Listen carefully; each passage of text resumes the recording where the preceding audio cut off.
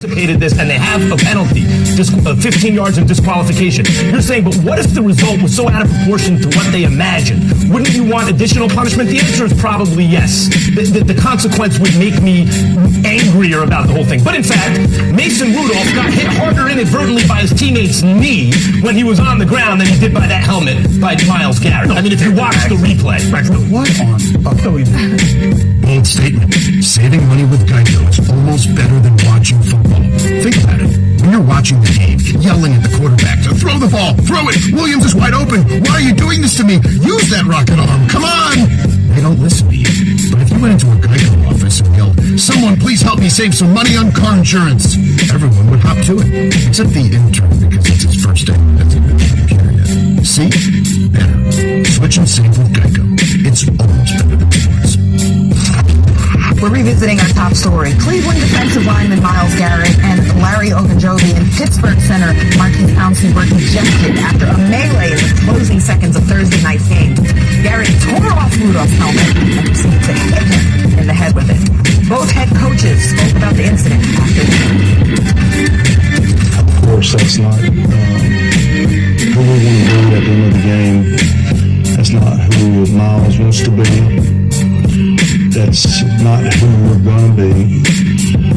You have to be able to maintain your composure in times like that, and in no circumstance do we want anything to do with anything like that. I'm embarrassed. Myles is embarrassed. It's not good. What's your perspective on what happened? I'll keep my thoughts to myself. You guys saw what happened at the end. You have no comment about it?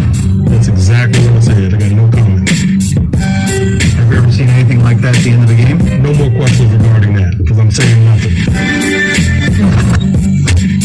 Please the fifth. ESPN insider Josina Anderson joins the show. Yeah. Josina, who all did you speak to after the game? Well, I talked to a lot of sources. Everything was off the record. People wanted to just speak freely. But one source said last night, listen, I'm so embarrassed by what happened. I've never been a part of anything like that. For us to play the way that we did and for it to come out like that, very, very embarrassing. Some people are guessing behind the scenes the suspension might be 3 to 6 games, maybe 6 to 8. I had one Brown source say to me, listen, I don't condone what happened. I don't approve it. But at the same time, he said, I feel like we're a little bit too conciliatory after the game. Like we were too kind about it. He said, I feel like we should have waited to get a little bit more context, have our own opportunity to see all the replays. But during... I'll keep my thoughts to myself. You guys saw what happened at the end. You have no comment about it?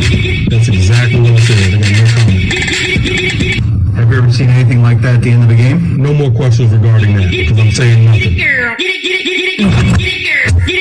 Please the fifth. ESPN insider Josina Anderson joins the show. Yeah. Josina, who all did you speak to after the game? Well, I talked to a lot of sources. Everything was off the record. People wanted to just speak freely. But one source said last night, listen, I'm so embarrassed by what happened. I've never been a part of anything like that. For us to play the way that we did and for it to come out like that, very, very embarrassing. Some people are guessing behind the scenes the suspension might be 3 to 6 games, maybe 6 to 8. I had one Brown source say to me, listen, I don't condone what happened. I don't approve it. But at the same time, he said, I feel like we're a little bit too conciliatory after the game. Like we were too kind about it. He said, I feel like we should have waited to get a little bit more context, have our own opportunity to see all the replays. Before we did all of that. So that was very interesting. And then people also wanted to give their context about Myles Garrett behind the scenes. Just saying that this is a guy who is very laid back away from the field. But during practice, they say he doesn't know 180 to 100%. You know, basically this is somebody that's going full charge. They have to tell him to back off of, of the quarterback or what have you. And then lastly, too, just expressing concern about their safety when they actually play in Pittsburgh in a couple of weeks, you know, saying that they feel like some of the fans are going to try to keep them up for fire alarms and things like that.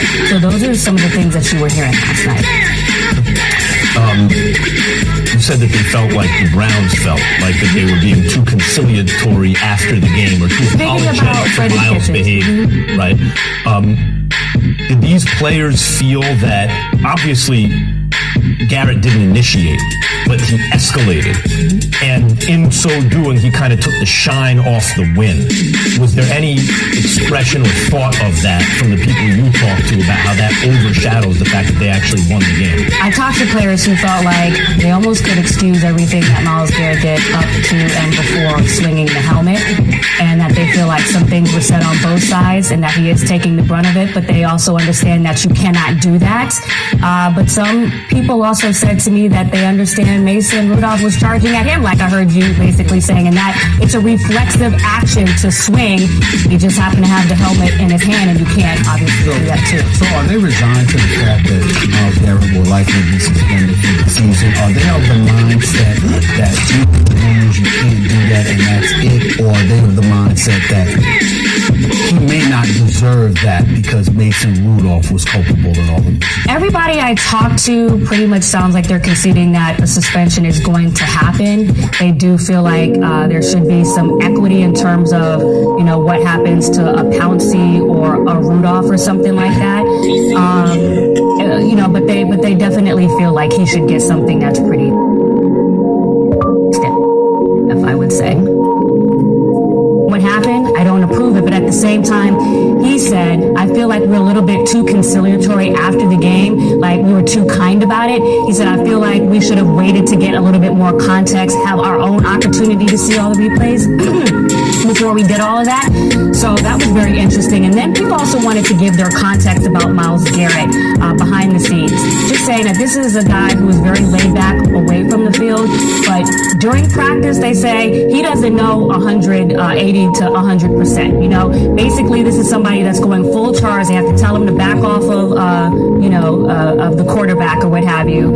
And then lastly, too, just expressing concern about their safety when they actually play in Pittsburgh in a couple of weeks, you know, saying that they feel like some of the fans are going to try to keep them up, pull the fire alarms and things like that. So those are some of the things that you were hearing last night.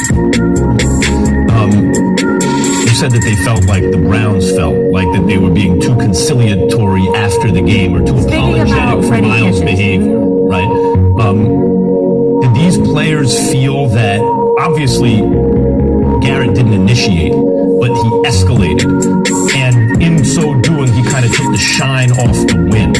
Was there any expression or thought of that from the people you talked to about how that overshadows the fact that they actually won the game? I talked to players who felt like they almost could excuse everything that Myles Garrett did up to and before swinging the helmet, and that they feel like some things were said on both sides and that he is taking the brunt of it, but they also understand that you cannot do that.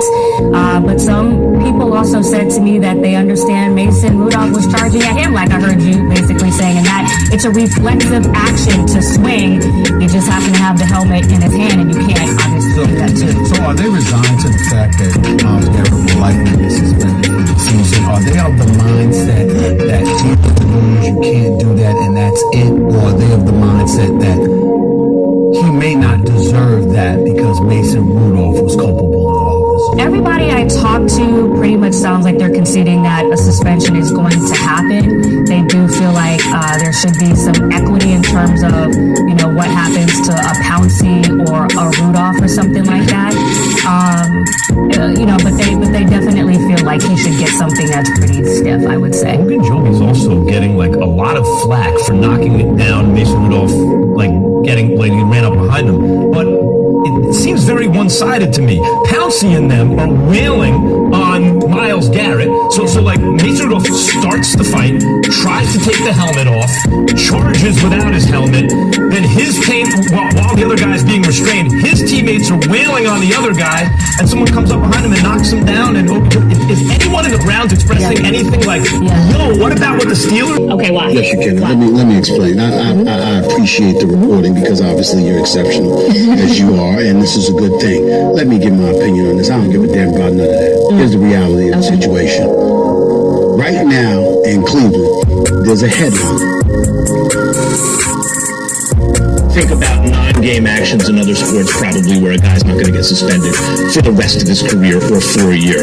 But I want to get back to you with the one guy has a helmet on and one guy doesn't. Sure. The reason that Myles Garrett had a helmet on and Mason Rudolph didn't is because in the action that Mason Rudolph initiated, Myles Garrett was more successful. At that point, doesn't, because the guy who started it wasn't as good at taking the helmet off as the guy who finished it. But at that point, it could still be finished. Mason Rudolph does not have to, whatever you think his intention was, what was he going to do? That's not for you to decide. At that point, that's for Myles Garrett to decide. If I see a dude coming at me, and I'm being restrained, I'm not worried about what everyone else is going to think. Oh, I know, and I'm mad too. Okay, well, he doesn't have a helmet on, that's his fault. Just for clarification, basically what you're saying is the only reason why Myles Garrett should be suspended is because he violated the rule of letter of the law. Other than that, you have no problem with his actions. Is that what you're saying? Incorrect. I would say also this. You don't swing a helmet at a guy's head. I mean, that we can all agree upon. I start by saying what I said because the reaction to Myles Garrett has been nearly as disproportional as his reaction to Mason Rudolph, or maybe more. Well, that's only as it pertains to assault. Like people are saying that he should be arrested for assault. I agree with you. Kicked out of the league. No, kicked out of the league. But in terms of a lengthy suspension on the part of the NFL, there is no question. He deserves that. You know what though? Here, look. If, and I know we're going to say, but it didn't. But if that helmet was cocked a little bit further, Max, it's not unreasonable to think that he could have split his head open, knocked the boy out, and he'd play in there, and paramedics are coming on the field. Then would you say Myles should be suspended more than 4 games? Yeah, I probably would. I have to be honest about that. No, but hold on. Would you then say, well, after we hopefully Mason Rudolph is okay, you're suspended too because you started? yes. Okay. All right. Fine.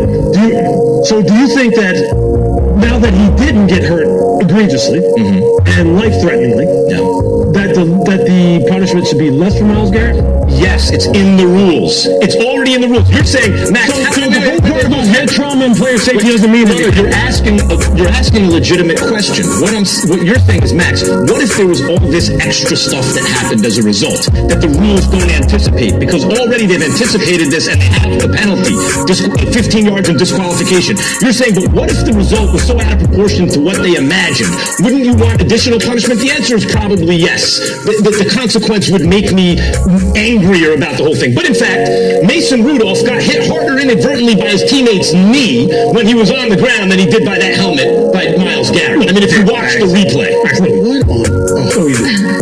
Bold statement. Saving money with Geico is almost better than watching football. Think about it. When you're watching the game, yelling at the quarterback to throw the ball, throw it, Williams is wide open, why are you doing this to me? Use that rocket arm, come on! They don't listen to you. But if you went into a Geico office and yelled, someone please help me save some money on car insurance, everyone would hop to it. Except the intern, because it's his first day and he doesn't even have a computer yet. See? Better. Switch and save with Geico. It's almost better than sports. We're revisiting our top story. Cleveland defensive lineman Myles Garrett and Larry Ogunjobi and Pittsburgh center Marquise Pouncey were ejected after a melee in the closing seconds of Thursday night's game. Garrett tore off Rudolph's helmet and proceeded to hit him in the head with it. Both head coaches spoke about the incident after the game. Of course, that's not who we want to be at the end of the game. That's not who Myles wants to be. That's not who we're going to be. You have to be able to maintain your composure in times like that, and in no circumstance do we want anything to do with anything like that. I'm embarrassed. Myles is embarrassed. It's not good. What was your perspective on what happened at the end? I'll keep my thoughts to myself. You guys saw what happened at the end. You have no comment about it? That's exactly what I said. I got no comment. Have you ever seen anything like that at the end of a game? No more questions regarding that, because I'm saying nothing. He pleads the fifth. ESPN insider Joseph